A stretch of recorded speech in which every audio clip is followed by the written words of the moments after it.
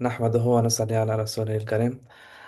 আজকের এই প্রোগ্রামের সঞ্চালক, আমার সহ-আলোচক এবং প্রোগ্রামের উপস্থিত সবাইকে আমার পক্ষ থেকে কৃতজ্ঞতা এবং সালাম। আসসালামু আলাইকুম। আম, আবু বকর মারুফ ভাই এতক্ষণ আম, আসলে ব্যাচেলরে কিভাবে আমরা অ্যাপ্লাই করতে পারি, স্পেশালি মদিনা ইউনিভার্সিটি, উম্মুল কুরআন ইউনিভার্সিটি এবং সেই সাথে আমাদের স্পিরিচুয়াল যে অ্যাসপেক্ট, এই বিষয়গুলা ভাই কভার করছেন। আমি চেষ্টা করবো যে যারা স্পেশালি সায়েন্স স্টুডেন্ট আছেন, ইঞ্জিনিয়ারিং স্টুডেন্ট, তারা মাস্টার্স এবং পিএইচডি লেভেলে সৌদি আরবে কিভাবে অ্যাপ্লাই করতে হয়, কিভাবে প্রফেসরদেরকে নক দিতে হয়, পুরো বিষয়টা আপনাদের সামনে উপস্থাপন করতে। আহ, প্রথমে আমার সম্পর্কে যদি একটু করে বলি, আমি আমার আন্ডার গ্রাজুয়েট শেষ করেছি আইইউসি থেকে 2023-এ। তারপর আমি কেএফপিএম এ মাস্টার্স প্রোগ্রামে অ্যাপ্লাই করি 2023-এ। তারপরে আম, আমার মাস্টার্স প্রোগ্রামে কেবল থিসিস ফেজটা বাকি, তারপর আমি ইনশাল্লাহ এখানে পিএইচডি শুরু করব। আচ্ছা, সর্বপ্রথম যে কোয়েশ্চেনটা আমাদের মাথায় আসবে সেটা হচ্ছে যে আমাদের জন্য হায়ার স্টাডিজের জন্য অনেক ডেস্টিনেশন আছে। সৌদি আরবকে আমরা কেন চুজ করব, বা সৌদি আরব কেন আমাদের জন্য ডেস্টিনেশন হবে, বা এই দেশটা হায়ার স্টাডিজের জন্য আদৌ উপযুক্ত কিনা। সেক্ষেত্রে আমরা বলতে পারি যে আমরা সবাই মোটামুটি এই বিষয়ে অবগত আছি যে সৌদি আরবে একটা ভিশন 2030 আছে। সো এই ভিশনের আন্ডারে আসলে তাদের উদ্দেশ্য হচ্ছে যে এখানকার ইকোনমিটাকে ডাইভার্সিফাই করা।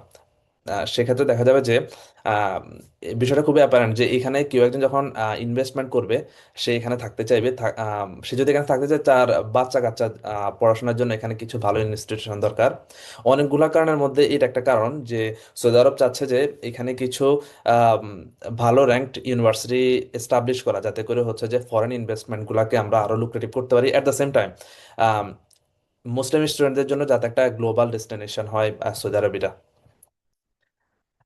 সৌদি আরবে কম বেশি প্রায় 40টার মতো ইউনিভার্সিটি আছে। তার মধ্যে অলমোস্ট 32 ইউনিভার্সিটি হচ্ছে যে গভর্নমেন্ট, আর তার মধ্যে কিছু প্রাইভেট ইউনিভার্সিটি আছে। এর মধ্যে কিছু উল্লেখযোগ্য ইউনিভার্সিটি যেমন হচ্ছে যে King Fahad University of Petroleum Minerals, KFOPM. তারপর হচ্ছে যে KAUST, one of the finest research institute not only in the Middle East but also in the whole world. তারপর King Salman University, King Saud University, King Abdullah University. আচ্ছা, Saudi আরবে অ্যাপ্লিকেশনটা আসলে দুইভাবে হয়। একটা হচ্ছে যে সৌদি আরবের মিনিস্ট্রির থ্রুতে, আর একটা হচ্ছে যে ডিরেক্টলি ইউনিভার্সিটিতে সেন্ট্রালি অ্যাপ্লাই করি। তার মধ্যে কেএফওপিএম এবং কাউস্ট, এই দুইটা ইউনিভার্সিটি তারা ডিরেক্টলি স্টুডেন্ট রিক্রুট করে। অর্থাৎ আপনি যদি অ্যাপ্লাই করতে চান, আপনাকে ইউনিভার্সিটির ওয়েবসাইটের থ্রুতে অ্যাপ্লাই করতে হবে। আর অন্য যত ইউনিভার্সিটি আছে, ইনক্লুডিং মদিনা ইউনিভার্সিটি, উম্মুল কুরা ইউনিভার্সিটি, আমাদেরকে মিনিস্ট্রির থ্রুতে অ্যাপ্লাই করতে হয়। তো সেক্ষেত্রে আপনি যদি মিনিস্ট্রির থ্রুতে অ্যাপ্লাই করেন, আপনি তিনটা ইউনিভার্সিটিকে আপনি সিলেক্ট করতে পারবেন। আর আপনি যদি কেএফওপিএম বা কাউস্ট অ্যাপ্লাই করতে চান, সেক্ষেত্রে আপনি সেন্ট্রালি অ্যাপ্লাই করবেন। সেক্ষেত্রে আপনি প্রফেসরদেরকে নক দিতে পারেন, তাদের সাথে আপনার ইন্টারভিউ, তারপর তারা যদি অ্যাকসেপ্ট করে, পরবর্তী আপনি সেন্ট্রাল অ্যাপ্লাই করলেন। আম, কেএফওপিএমটাই কেন? আম, এটা একটা গুরুত্বপূর্ণ কোয়েশ্চেন। কারণ হচ্ছে যে আপনি যখন অ্যাপ্লাই করবেন, আপনার নিশ্চয়ই কোনো কারণ থাকতে হবে যে আমি কেন ইউনিভার্সিটি যেতে যাচ্ছি। King Fahad US QS ranking এ এটা 67th সারা বিশ্বে।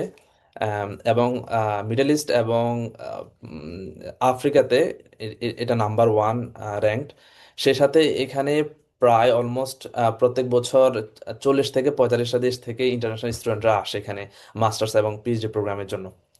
মোটামুটি ইঞ্জিনিয়ারিং এর যত সাবজেক্ট বা ডিপার্টমেন্ট হতে পারে, সব সাবজেক্টে এখানে অলমোস্ট মাস্টার্স এবং পিএইচডি ডিগ্রি দেওয়া হয়। অ্যাট দ্য সেম টাইম এখানে বিজনেস অ্যাডমিনিস্ট্রেশনে যারা আছেন, তারাও এখানে পিএইচডি করতে পারেন।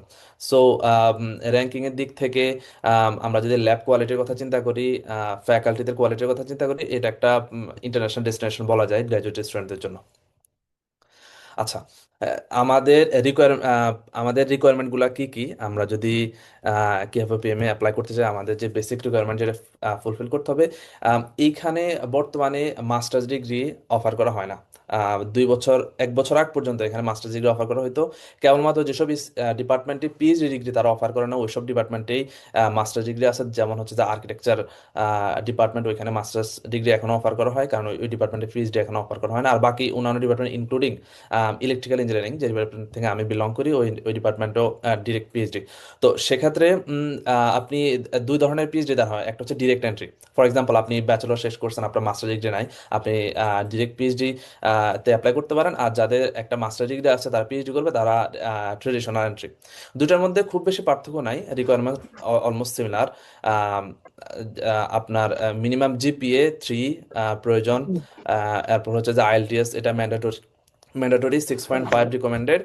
এছাড়াও ডুওলিঙ্গো অ্যাকসেপ্ট করে এবং টোফেল অ্যাকসেপ্ট করে। আর ইন কেস আপনি যদি গ্র্যাজুয়েট হয়ে থাকেন কোনো ইংলিশ স্পিকিং কান্ট্রি থেকে, যেমন ইউএসএ, কানাডা, ইনক্লুডিং আদার, সেক্ষেত্রে আপনার ইংলিশ প্রফিসিয়েন্সি স্কোরটার প্রয়োজন নাই।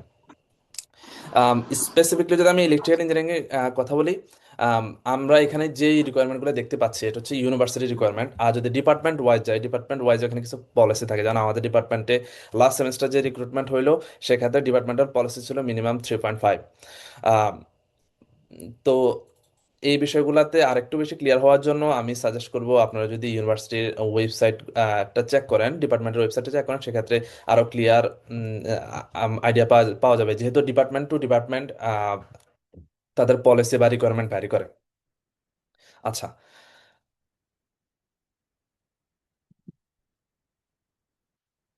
এবার হচ্ছে যে আমরা আসলে একজন পটেনশিয়াল সুপারভাইজার কিভাবে চুজ করব। আম, অন্যান্য দেশের মতো এখানেও সর্বপ্রথম আমরা ইউনিভার্সিটির ওয়েবসাইটে যেতে পারি এবং ফ্যাকাল্টিদের প্রোফাইলগুলো আমরা চেক করতে পারি।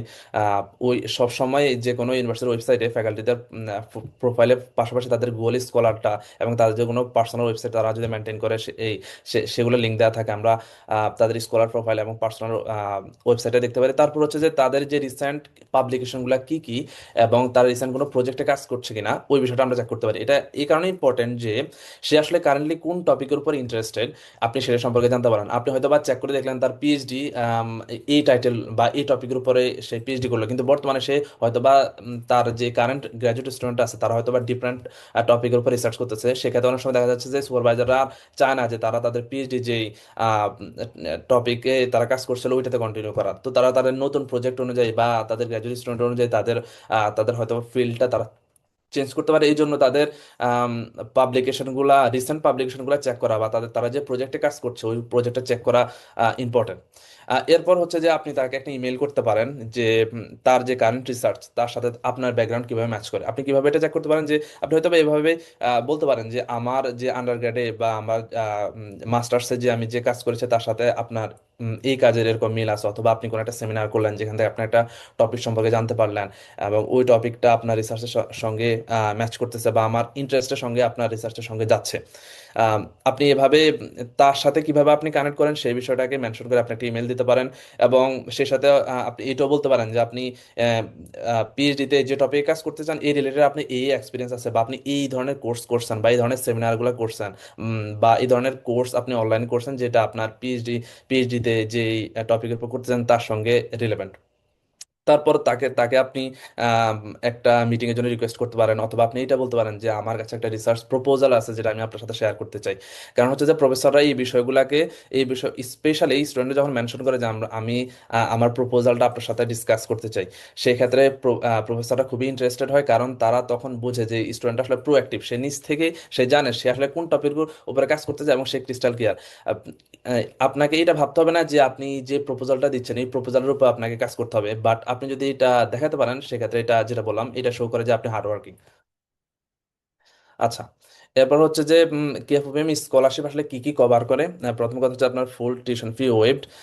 দুই নম্বর হচ্ছে আপনি মান্থলি একটি স্টাইপেন্ড পাবেন। আর যারা মাস্টার স্টুডেন্ট তারা 2500 রিয়ালের মতো করে পায়, আর যারা পিএইচডি তারা 5000 রিয়াল পায়। আপনি ফার্নিশড অন ক্যাম্পাস হাউজিং পাবেন।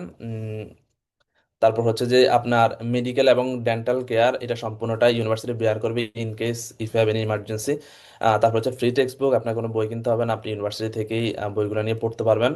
সাবসিডাইজ মিল, অর্থাৎ ইউনিভার্সিটির ফুড ডিপার্টমেন্ট আপনার খাবারের জন্য একটা অ্যামাউন্ট তারা ইনভেস্ট করবে, যাতে করে হচ্ছে যে আপনি রেগুলার যে ফি তার থেকে আপনি 1/3 দিয়ে আপনি মিলগুলো অ্যাকোয়ার করতে পারেন।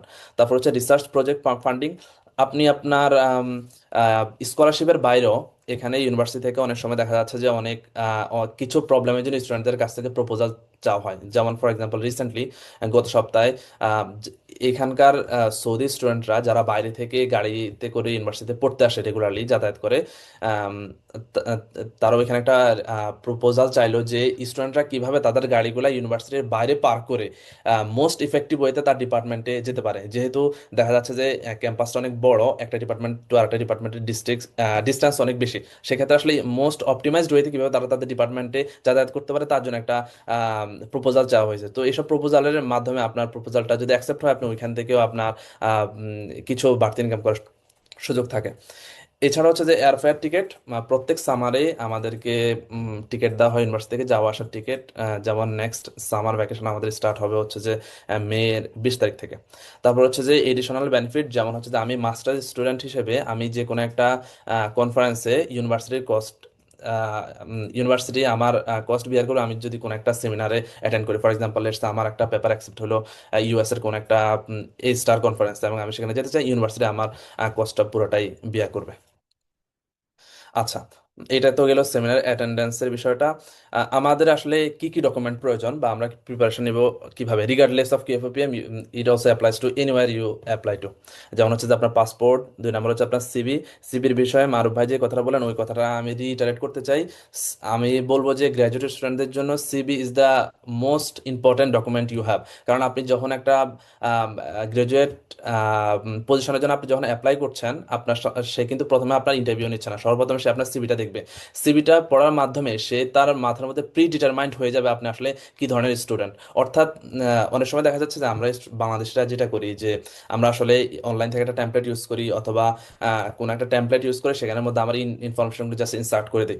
এক্ষেত্রে সমস্যা যেটা যে আপনার পটেনশিয়াল সুপারভাইজার যে রিক্রুটার, সে যখন আপনার সিভিটা পড়লো এট এ গ্লান্স, সে যখন দেখলো আপনি একটা টেমপ্লেট ইউজ করলেন, তখন সে ধারণা করেই নিবে যে আপনি আসলে হার্ড ওয়ার্কিং না, আপনি নিজ থেকে কোনো ইফোর্ট দেন না, যার কারণে আপনি একটা টেমপ্লেট ইউজ করছেন, ওই টেমপ্লেট দিয়ে আপনি অ্যাপ্লাই করে দিচ্ছেন। তারপর হচ্ছে যে আপনার যে ট্রান্সক্রিপ্টগুলো মাস্টার্স এবং পিএইচডি এর জন্য ইউজুয়ালি ব্যাচেলর যে ট্রান্সক্রিপ্ট এবং সার্টিফিকেট ওইটাই এনাফ। তারপর হচ্ছে যে এসওপি, আমার কাছে মনে হয় যে সিবির পরে সেকেন্ড মোস্ট ইম্পর্টেন্ট ডকুমেন্ট হচ্ছে আপনার SOP, statement of purpose. State of statement of purpose প্রত্যেকের ক্ষেত্রে ইউনিক হইতে হবে, কারণ আপনার স্টোরির সাথে আমার স্টোরি কখনোই মিলবে না। অর্থাৎ আপনি কোথা থেকে পড়াশোনা করছেন, আপনি কেন আপনার, ফর এক্সাম্পল আমি যদি আমার কথা বলি, আমি কেন ট্রিপলি নিয়ে ব্যাচেলর করছি, আমি কেন মাস্টার্স করতে চাই ট্রিপলি নিয়ে, আমার ভবিষ্যৎ পরিকল্পনা কি, অথবা আমি যে টপিকের উপর আমার যে মাস্টার্স অথবা পিএইচডি থিসিস করতে যাচ্ছি, এই টপিকের উপর আমি ইন্টারেস্ট কোত্থেকে আসলো, বা আমি এটা ডিগ্রিটা শেষ করার পর আমার প্ল্যান কি। অর্থাৎ আপনার প্রত্যেকটা স্টোরি, প্রত্যেকটা স্টেপ বাই স্টেপ একটা আরেকটার সঙ্গে যাতে ম্যাচ করে, যে আপনি কেন ব্যাচেলর শেষে অমুক ডিপার্টমেন্টে অ্যাপ্লাই করতে যাচ্ছেন, ওই ডিগ্রিতে অ্যাপ্লাই করতেছেন, এবং এই ডিগ্রিটা কিভাবে আপনাকে হেল্প করবে। তো এসওপিটা আপনাকে আসলে রিফ্লেক্ট করে হু ইউ আর, আপনার ইউনিক স্টোরিটা, এবং স্পেশালি এসওপি অনেক ক্ষেত্রে দেখা যাচ্ছে যে আপনার অ্যাডমিশনের জন্য আমি বলবো one of the most determining document. তারপর হচ্ছে যে আপনার লেটার অফ রিকমেন্ডেশন, আপনি আপনার সবচেয়ে আপনাকে ভালো জানে এরকম কোনো একজন প্রফেসর, 2জন প্রফেসরের কাছ থেকে আপনি লেটার অফ রিকমেন্ডেশন নিতে পারেন। আইএলটিএস স্কোর এখানে ম্যান্ডেটরি, আইএলটিএস ছাড়াও এরা ডুওলিঙ্গো এবং টোফেল অ্যাকসেপ্ট করে। তারপর হচ্ছে আদার ডকুমেন্ট, আদার ডকুমেন্টের আন্ডারে আপনি আপনার যে ক্লাব অ্যাক্টিভিটিসগুলো আছে, লেটসে আপনি আইএইচডব্লিউ কোনো ক্লাবে কাজ করছেন, অথবা ব্লাড ব্যাংকে, অথবা আপনি সেমিনার অর্গানাইজ করছেন বা অ্যাটেন্ড করছেন, এইগুলা যত সার্টিফিকেট আছে আপনি সবগুলাকে, এবং আপনার জব এক্সপিরিয়েন্স ফর এক্সাম্পল, আপনি এগুলাকে একটা পিডিএফ এ অ্যাটাচ করে আদার ডকুমেন্টের আন্ডারে দিয়ে দিতে পারেন। This shows that you are not only introvert, আপনি এক্সট্রোভার্টও, আপনি পড়াশোনার বাইরেও আপনার সোশ্যাল ওয়ার্ক আছে। আচ্ছা, অ্যাপ্লিকেশন রোডম্যাপটা আসলে আমাদের কিরকম হতে পারে। আহ, প্রথমে হচ্ছে যে আপনি আপনার কোন ইউনিভার্সিটিতে অ্যাপ্লাই করতে চান, আহ, কোন ডিগ্রিতে অ্যাপ্লাই করতে চান, ওই বিষয়গুলো সিলেক্ট করা। বাংলাদেশে যেমন ফর এক্সাম্পল কম্পিউটার সায়েন্সের জন্য একটা ডিপার্টমেন্ট, আলাদা ডিপার্টমেন্ট থাকে, ইলেকট্রিক্যাল অ্যান্ড ইলেকট্রনিক্সের জন্য আলাদা ডিপার্টমেন্ট থাকে। কিন্তু বিদেশের ক্ষেত্রে, অনেক দেশের ক্ষেত্রে এবং অনেক ইউনিভার্সিটির ক্ষেত্রে আমরা যেটা দেখি যে ইলেকট্রিক্যাল এবং কম্পিউটার সায়েন্স মিলে দুইটাকে তারা মার্চ করে একটা ডিপার্টমেন্টের আন্ডারে নিয়ে আসে। সেক্ষেত্রে আপনি আম, ওই ওই আপনি যে ডিগ্রিতে পড়তে যাচ্ছেন ওই ডিগ্রিটা আদৌ তারা অফার করছে কিনা ওইটা চেক করা, এবং এটা কোন সিটিতে আছে, তার ওয়েদার, সেটার ডিস্টেন্স, আপনার ফর এক্সাম্পল আপনি লেটসে আপনি সৌদি আরবে এসে ওমরা করতে চান, আপনার সিটি থেকে আপনার ওমরা যে ডেস্টিনেশনটা এটা কতটুকু দূরে, এই বিষয়গুলো প্রথমে চেক করা। দুই নম্বর হচ্ছে যে আপনার রিকোয়ারমেন্টগুলো চেক করা। এক একটা ইউনিভার্সিটি রিকোয়ারমেন্ট কিন্তু এক রকম, আইএলটিএস বা জিপিএ বা recommendation letter rules. For example কিছু কিছু ইউনিভার্সিটিতে তারা যেটা করে, আপনি যখন রিকমেন্ডেশন অপশনে যাবেন সেখানে আপনি আপনার যে রিকমেন্ডি আছে তাদের দুইটা ইমেল দিয়ে দিবেন, তাদের কাছে ওই লিঙ্ক, তাদের ইমেলের মধ্যে লিঙ্ক চলে যাবে, তারা ওইখান থেকে রিকমেন্ডেশন লেটার সাবমিট করবে। তো এই বিষয়গুলা চেক করা। তিন নম্বর হচ্ছে যে আপনার ডকুমেন্ট প্রিপারেশন, যেমন হচ্ছে যে এসওপি এবং সিবি। এই দুইটা ডকুমেন্টের ক্ষেত্রে আমি বলবো যে আপনি কখনো একদিনে এক বসায় একটা পারফেক্ট এবং গুড ফিট এসওপি বা সিবি আপনি রেডি করতে পারবেন না। এটার জন্য আপনার মাল্টিপল রিভিশন দরকার। ইভেন আপনার এসওপি সিবি মোটামুটি রেডি হয়ে যাওয়ার পর পর আপনি আপনার কোনো সিনিয়র অথবা আপনি আপনার টিচারকে দিয়ে একবার এট এ গ্লান্স চেক করে নিতে পারেন যে কেমন হইলো, বা এর মধ্যে কোনো চেঞ্জ করতে হবে কিনা। তারপর হচ্ছে যে ডেট গুলা চেক করা, এটা খুবই ইম্পর্টেন্ট বিষয়, কারণ ইউনিভার্সিটি টু ইউনিভার্সিটি আসলে ডেট গুলা ভ্যারি করে। ফর এক্সাম্পল আপনি যদি ইউএস কেএফপিএম এ অ্যাপ্লাই করতে চান, সেক্ষেত্রে এখানে আসলে বছরে দুইবার রিক্রুটমেন্ট করা হয়। একবার হচ্ছে যে স্টার্ট হয় হচ্ছে যে ডিসেম্বরের দিকে, আরেকবার হচ্ছে যে জুন জুলাইয়ের দিকে। এখন আপনি যদি কয়েকটা দেশে একসাথে অ্যাপ্লাই করেন, সেক্ষেত্রে এক একটা দেশের অ্যাপ্লিকেশন টাইমলাইন বা একটা ইউনিভার্সিটির অ্যাপ্লিকেশন টাইমলাইন এক এক রকম। তো সেক্ষেত্রে আপনি পুরো বিষয়টাকে কিভাবে এক জায়গার মধ্যে রাখতে পারেন, এই বিষয়ে আমি সামনে আর একটু দেখিয়ে দিব কিভাবে আপনি খুব সহজে বিষয়গুলো ম্যানেজ করতে পারেন। তারপর হচ্ছে যে ডিসাইড করা যে আপনি আসলে আপনি যখন অনেকগুলো ইউনিভার্সিটিতে অ্যাপ্লাই করবেন, আপনার হাতে অনেক সময় দেখা যাচ্ছে যে কয়েকটা অফার থাকতে পারে বা কয়েকজন পটেনশিয়াল সুপারভাইজার থাকতে পারে। আপনি তাদের মধ্যে কাকে চুজ করবেন, এক্ষেত্রে আপনি আপনার সুপারভাইজারদের যে প্রিভিয়াস স্টুডেন্ট আছে তাদের সাথে একটু যোগাযোগ করা, বা তার সম্পর্কে একটু জানা, তারপর সেখান থেকে ডিসাইড করা আসলে আপনার জন্য গুড ফিট কোনটা। আচ্ছা, এখন একটু ব্যাচেলর অ্যাপ্লিকেন্টদেরকে নিয়ে বলি। যারা হচ্ছে যে আহ, মদিনা ইউনিভার্সিটি বা উম্মুল কুরা ইউনিভার্সিটি, এই জাতীয় ইউনিভার্সিটিগুলোতে ব্যাচেলর করতে চান, সেক্ষেত্রে আপনাকে তো মিনিস্ট্রির থ্রুতে অ্যাপ্লাই করতে হবে। আপনি তিনটে ইউনিভার্সিটি সিলেক্ট করতে পারবেন। আপনি যদি সিলেক্টেড হন, সেক্ষেত্রে আপনি ফুল ফান্ড নিয়ে এখানে ব্যাচেলর ডিগ্রিটা শেষ করতে পারেন। আর যদি কেএফওপিএম এর কথা বলি, কেএফওপিএম এও চাইলে আপনি ব্যাচেলর পড়াশোনা করতে পারেন। এক্ষেত্রে আপনার তিনটা ট্র্যাক আছে। এক নাম্বার হচ্ছে যে সেট, আপনি আপনার ইন্টার শেষ করার পর আপনি সেট এক্সামের জন্য বসতে পারেন। এক্ষেত্রে আপনার স্কোর যদি 1500 অ্যাবাভ থাকে, সেক্ষেত্রে আপনি এখানে অ্যাপ্লাই করতে পারেন, এবং আপনি ফুল স্কলারশিপ নিয়ে এখান থেকে ব্যাচেলর ডিগ্রি শেষ করতে পারেন। দুই নম্বর ট্র্যাক হচ্ছে অলিম্পিয়াড। আপনি যদি কোনো ন্যাশনাল বা ইন্টারন্যাশনাল অলিম্পিয়াডে, science olympiad or math olympiad, এগুলোতে যদি আপনি ফার্স্ট টু ফিফথ পজিশনে থাকেন, সেক্ষেত্রে you are very welcome to apply here. তারা ডিরেক্টলি ওইখান থেকে অনেক স্টুডেন্টদেরকে নিয়ে নেয়। তিন নম্বর অপশন হচ্ছে যে অ্যাজ ইউজুয়াল বাংলাদেশের প্রাইভেট ইউনিভার্সিটিগুলোর মতো আপনি টিউশন ফি পে করে আপনি এখান থেকে ব্যাচেলর শেষ করতে পারেন। আর এখানকার যে ব্যাচেলর যে স্কলারশিপ, সেটা আপনার আম, আপনাকে অন ক্যাম্পাস হাউজিং দিবে, আপনি এখান থেকে ফ্রিতে বই নিতে পারবেন। মান্থলি স্টাইপেন্ড হিসেবে আপনাকে 1000 রিয়াল দেওয়া হবে, এবং হচ্ছে ফ্রি মেডিকেল সার্ভিস। এই বিষয়গুলো ব্যাচেলর যে স্কলারশিপ সেটা কভার করে। তারপর হচ্ছে যে আমি যেটা বললাম যে লেটস সে আপনি সৌদি আরবে অ্যাপ্লাই করলেন, ইউএসএ তে কিংবা ইউরোপে অনেকগুলো ইউনিভার্সিটিতে যখন আপনি অ্যাপ্লাই করলেন, সেক্ষেত্রে যখন অনেকগুলো ইউনিভার্সিটি চলে আসে, অনেকগুলো ডিপার্টমেন্ট চলে আসে, সবগুলো আসলে ট্র্যাক রাখা খুব কঠিন। সেক্ষেত্রে আপনি এরকম একটা এক্সেল ফাইল তৈরি করে ফেলতে পারেন, যেখানে আপনার কান্ট্রি থাকলো, কোন দেশের মধ্যে কোন ইউনিভার্সিটিটা, তার যে লিঙ্কটা আছে ওই লিঙ্কটাকে এখানে লিখে রাখা, কোন প্রোগ্রামে অ্যাপ্লাই করছেন, কোনটা ডেডলাইন কখন, এরপরে রিকোয়ারমেন্টগুলো কি কি, জিপিএ রিকোয়ারমেন্ট কি, এরপর হচ্ছে যে আপনার ফিজ গুলা দিতে হবে নাকি না, এরকম আপনি একটা যখন ফাইল সাজিয়ে ফেলবেন, সেক্ষেত্রে সুবিধা হবে যেটা, যে আপনি প্রত্যেকদিন যখন একবার একটা গ্লান্স আপনার ফাইলটা দেখলেন, তখন আপনার মাথার মধ্যে চলে আসলো আসলে আপনার কোন জায়গায় কোন বিষয়টা কখন করতে হবে, আপনার ডেডলাইনটা আদৌ পাস হয়ে গেছে কিনা, নাকি আপনার হাতে সময় আছে। এতটুকুই। Thank you very much for listening to me. ইনশাল্লাহ, I hope to see you around in the campus in future.